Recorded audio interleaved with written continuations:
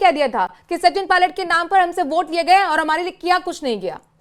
देखिए मनोज जी, समाज की, वही मैंने अपनी बात शुरू करने से पहले कहा था कि समाज की जब आप राजनीति करते हैं तो आपको दोनों राजनीतिक दलों को बराबर से आपको नोकझोंक करनी पड़ती है। आप किसी एक के फेवर में नहीं बोल सकते। तो मुकेश जी का स्टैंड अपनी जगह समाज के नेता के नाते मैं परफेक्ट मानता हूं, लेकिन यह हमको स्वीकार करना पड़ेगा कि पिछली सरकार ने भी जो सरकार के स्तर पर किया जा सकता था उतना गुर्जर समाज के लिए सचिन पायलट के प्रभाव में किया, और शायद भारतीय जनता पार्टी की आज की सरकार जो समाज के लिए कर सकती थी उतना भारतीय जनता पार्टी ने भी कल अपनी बातचीत के माध्यम से यह जवाहर बेगम ने साफ कर दिया था। और आज पत्र देकर के मुझे लग रहा था कि शायद मामला पत्र देने पर अड़ाअड़ी में अड़ेगा कि विजय बैसला कहेंगे कि जब तक मुझे पत्र नहीं मिलेगा, रिटर्न में नहीं मिलेगा, मैं आंदोलन समाप्त नहीं करूंगा। तो भाजपा सरकार ने वह भी एक कदम आगे बढ़कर के पत्र भी पहुंचवाया। तो मुझे लगता है कि समाज के लोगों को चाहिए था कि वो सरकार के साथ वार्ता करते तो ज्यादा अच्छे तरीके से अपनी मांगे मनवा सकते थे और बहुत ज्यादा दूर तक जा सकते थे। तो बात ही कहा, मुकेश जी यही तो कह रहे हैं कि समाज के लोगों को नहीं बुलाया गया, बैसला जी से ही बातचीत हो गई,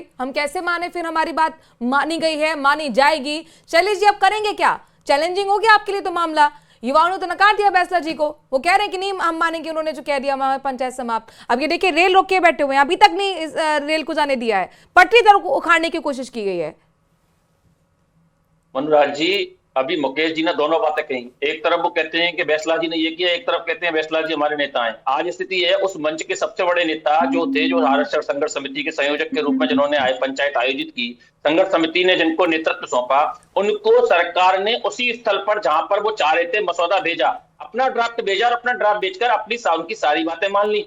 सरकार के द्वारा लगातार प्रयास किए, जैसे कि अभी मुकेश जी कह रहे थे जवाहर सिंह बेगम जी भी गए, उनसे जहां बैसला जी नहीं मिले। अब ये जो इंटरनल सरकार ने अपना काम किया, सरकार ने उनके मसौदे की सारी बातों को माना, सरकार ने उनकी सभी बातों को माना, टाइम बाउंड माना। अब संघर्ष समिति में अगर कुछ राजनीतिक रूप पर इसको राजनीतिक रंग देने का प्रयास किया जाएगा तो ये युवाओं को सोचना चाहिए कि सरकार उनको सब कुछ देने को तैयार है। सरकार बात कर चुकी है, सरकार यही तय कर चुकी है कि हम किस तरीके से किस कार्य जो उनकी मांग है उसको पूरा करेंगे। अब ये संघर्ष समिति के युवाओं की, खासकर युवाओं की जिम्मेदारी है, क्योंकि ये लड़ाई उनके भविष्य के लिए थी और उनके भविष्य के लिए सरकार ने सारी बात मानी है। लेकिन अभी सिचुएशन से निपटेंगे कैसे सर? निपटेंगे कैसे? किस तरह से सरकार अलर्ट मोड पर है, मुझे बताइए। जो कहा गया था ना सुबह कि हम सड़कें ब्लॉक कर देंगे, ट्रेन रोकेंगे, वो दिख गया सर, शुरू हो गया है। देखिए, जो कुछ थोड़े छोटे मोटे स्तर पर इस तरीके का प्रयास किया जाए, सरकार और प्रशासन कानून व्यवस्था के लिए अपनी दृष्टि से बिल्कुल बिल्कुल हर इनपुट पर नजर रखी हुई है और वो बात करेगी। अभी गुर्जर नेताओं के जो भी और भी लोग हैं जिनको हो सकता है उनसे बात करेगी, जैसे कि इनकी संघर्ष समिति बैठेगी और इस पर निर्णय होगा। लेकिन उसके बाद भी किसी तरीके की आम जन को किसी तरीके की असुविधा नहीं होने दी जाएगी। सरकार इसके लिए बिल्कुल पहले से तैयार है। सरकार ने हर सकारात्मक प्रयास, चाहे लॉ एंड ऑर्डर की दृष्टि से हो, चाहे गुर्जरों की मांगों की दृष्टि से हो, सबके लिए सकारात्मक प्रयास, सकारात्मक दिखाया है। अब जिम्मेदारी इनके हाथ में है, क्योंकि ये दूसरे ऐसे राजनीतिक लोगों के हाथ में नहीं खेलना चाहिए, अपने राजस्थान के युवाओं के, गुर्जरों के भविष्य के लिए। ठीक है, नितिन जी के पास मैं आऊंगी। लेकिन मुकेश जी से मैं एक छोटा सा सवाल यहाँ पर और छोटा सा जवाब जानना चाहूंगी।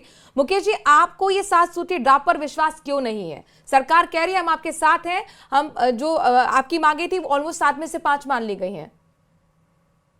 देखिए, सरकार का जो मसौदा आया था उसके ऊपर हम अमल कर रहे थे और अमल करेंगे। हम नहीं चाहते कि समाज हमारा इस आंदोलन की आग में झोंका जाए। और हमारी जो कर्नल, हमारे मित्र कह रहे प्रवक्ता साहब कि हमारी जो कर्नल किरोड़ी सिंह बैसला जी की जो टीम है संघर्ष समिति, वो बैठ करके इसका फैसला कर लेगी। और इस बात में सरकार का, हम भी चाहते हैं सकारात्मक सरकार हमें दे दे, जो हमारे मुद्दे हैं उनको खत्म कर दे। हमारा शौक थोड़ी आंदोलन करने का, और इसका आज शाम तक हम इसका सकारात्मक करेंगे। प्रदेश की जनता के हित में भी हम ध्यान रखेंगे। हम इस समाज के नागरिक हैं, इस प्रदेश के नागरिक हैं, तो हम भी कहीं ना कहीं समाज में कहीं नुकसान करना नहीं चाहते। आम जन की परेशानी को हम भी अपनी परेशानी समझते हैं। आप समझ रहे हो तो सर ट्रेन ना रोकते, समझ रहे हो तो ट्रेन ना रोकते। ये मथुरा जाने वाले लोग हैं, कोटा जाने वाले लोग हैं, कितने परेशान हो गए, भीषण गर्मी है सर। आप पैसेंजर, ये ट्रेन है, आप इसे समझ सकते हैं।